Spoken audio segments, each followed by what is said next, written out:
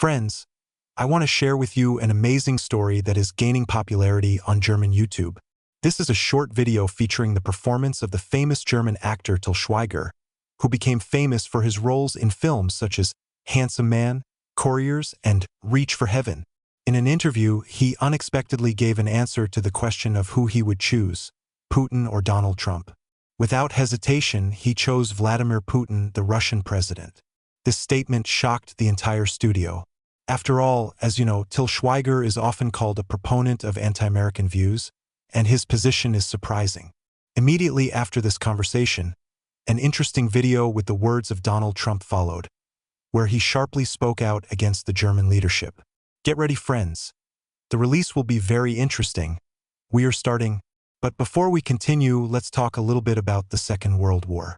It is sad to realize that the history of that time is subject to numerous interpretations.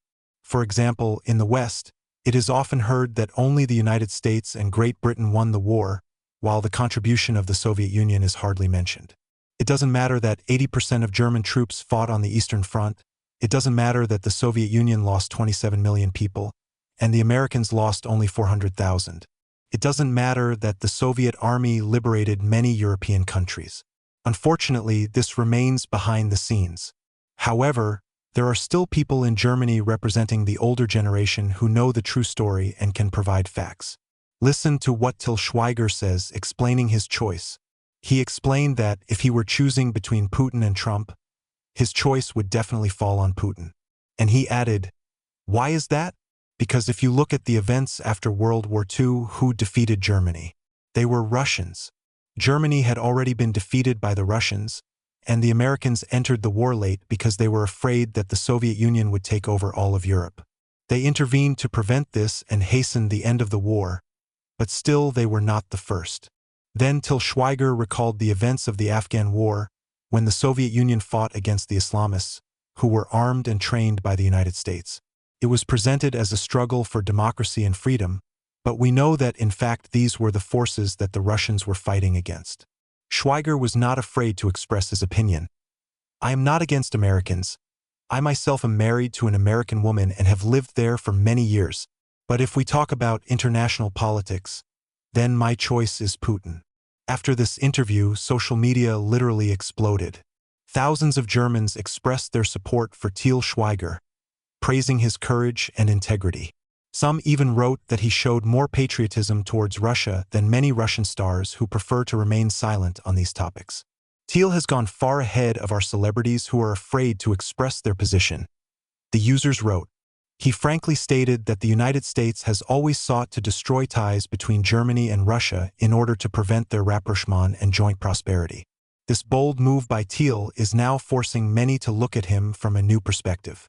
His words and actions clearly show that even in the world of show business, you can remain honest and not be afraid to express your point of view." This act of Til Schweiger is a vivid proof that people with an independent position can influence public opinion. This explanation, of course, shocked many, because few Western actors dare to support Russian politics so openly and publicly. In a conversation about the Middle East, Til Schweiger voiced an interesting thought. "Friends, here is a quote. Then these Islamists turned against us. This is just one moment. The second is Georgia, the third is the famous peninsula, and that seems to be it. These three cases already say a lot. But how many wars have the Americans started in South America and the Middle East? America insisted on sanctions when it invaded Iraq, upsetting the balance in the Middle East under false pretenses to seize oil and use its weapons.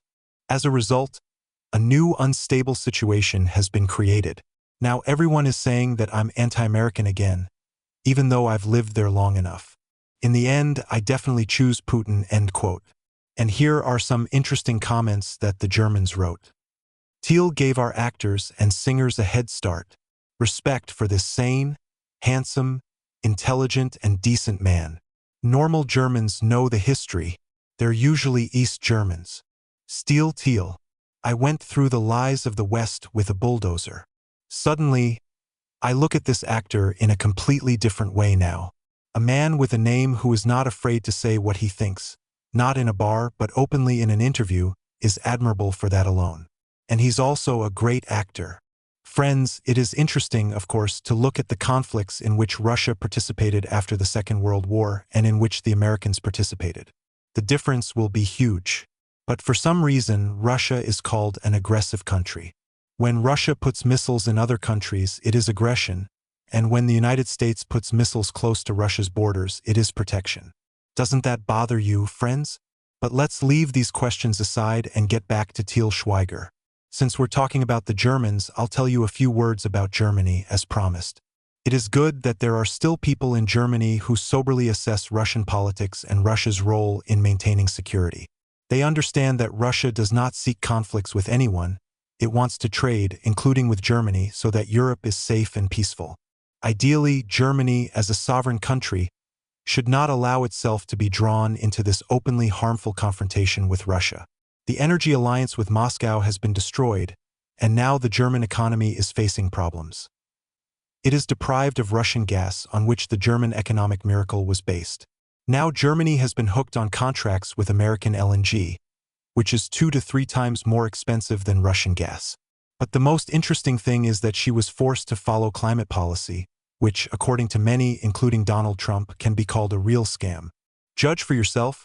Germany was forced to close all coal mines and nuclear power plants because the European Commission considers nuclear energy not green. Instead, it was proposed to develop solar panels and wind turbines. In the end, this whole policy turned out to be a failure. Germans are now receiving astronomical gas bills, and energy-intensive industries are leaving the country in search of more affordable electricity prices. In addition, issues of historical memory have become part of the policy of re-educating Germans. There should be no ties with Russia, neither with gas, nor with a common historical memory. That's how Germans live. Now listen to what Donald Trump said in his recent speech, referring to the energy situation and the future of the German economy. Quote, "She, Kamala Harris, wants to close dozens of existing power plants, which will lead to setbacks in the country's energy supply. You will have blackouts like you have never seen before, and millions of people will be in poverty. They won't have heat, they won't have air conditioners. She wants to close dozens of power plants. That's why we're here. Germany did what we did, and that was the end for Angela Merkel because their entire economy collapsed." Trump continues, "Their new government is building coal and nuclear plants everywhere because Germany is otherwise doomed to collapse. So why are we continuing the path of those who have failed? They tried but failed. Why do we need their mistakes?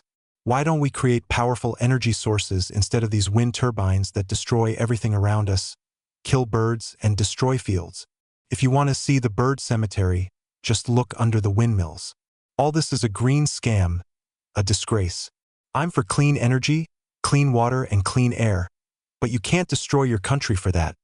Donald Trump concluded his speech so vividly. Here, friends, is an interesting approach. Why destroy your economy for the sake of some illusory goals?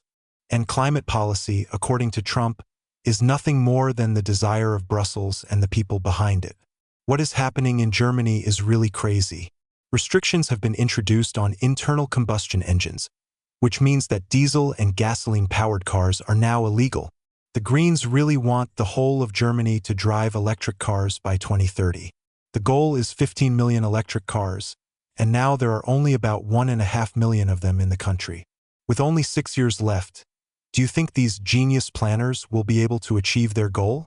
Of course not, especially considering that there is not even the necessary capacity to create the infrastructure that will provide all this. It is estimated that in order to meet Germany's climate targets by the 45th year, German taxpayers will have to work hard and pay billions of euros from their pockets to the state treasury. Can someone explain how Habeck and Baerbock were involved in planning? Did they even calculate how it would be implemented? Or did they just point their finger at the sky and say, "We want to"? The answer to this question is not entirely clear. Listen to what Alice Weidel says in the Bundestag about climate policy in Germany. "It's just suicide for the German economy, but the current ruling coalition doesn't seem to care much about it." She continues, "Mr. Habeck, who presses his lips tightly together while singing the national anthem, makes it clear that his policy does not serve either the country or its citizens. He says himself that he cannot associate himself with Germany, does not find love for this country. and the citizens who pay for his work are disgusting. Next, Weidel criticizes the developed law on heating, which, in her opinion, is the result of Habeck's lobbying activities. The Great Leap Forward Plan, or the Great Decarbonization, is estimated to cost the German economy about 10 trillion euros by the 45th year. She claims that this plan will lead to the emigration of energy-intensive industries or their bankruptcy, and is pushing the automotive industry to suicide with her plans for electric vehicles. No one knows where to get additional electricity for heat pumps and electric vehicles, and all this for the sake of a green ideology divorced from reality. Friends, I am certainly not against climate policy. I am in favor of switching to renewable energy sources. But why make a revolution in the energy sector, destroy your own economy, if you can follow this path evolutionarily, progressively, while maintaining the necessary balance? The funny thing is, Brussels was against the construction of nuclear power plants and even their preservation.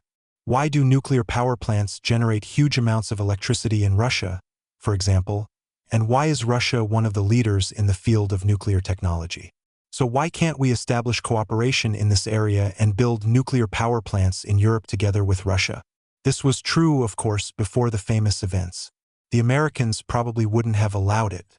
Hungarians complain that the Americans are subtly hinting that they should not cooperate with the Russians in the field of nuclear energy. But at the same time, they themselves buy uranium from Russia worth more than $1 billion.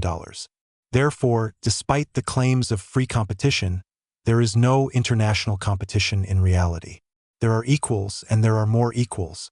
As for Schweiger, it's hard not to admire his courage, who openly expressed his point of view in a world where many celebrities prefer to stay on the sidelines and not interfere in politics. He showed rare courage, and his words about Russia and the United States really make you think. Many simply go with the flow, succumbing to the public mood. Schweiger, despite the risk of losing part of the audience or facing criticism, decided to express what he believes to be the truth. It deserves respect. As for the situation in Germany as a whole, it is becoming more and more absurd. Abandoning Russian gas in favor of American gas, which costs twice as much, is a clear example of how political decisions run counter to the interests of citizens. And the green energy they feed us looks like a huge marketing trick that exacerbates existing problems. Germany is at a crossroads, and unfortunately, many decisions are only exacerbating the crises the country is already facing. Thank you for your attention, friends. I wish you good health and good luck. See you.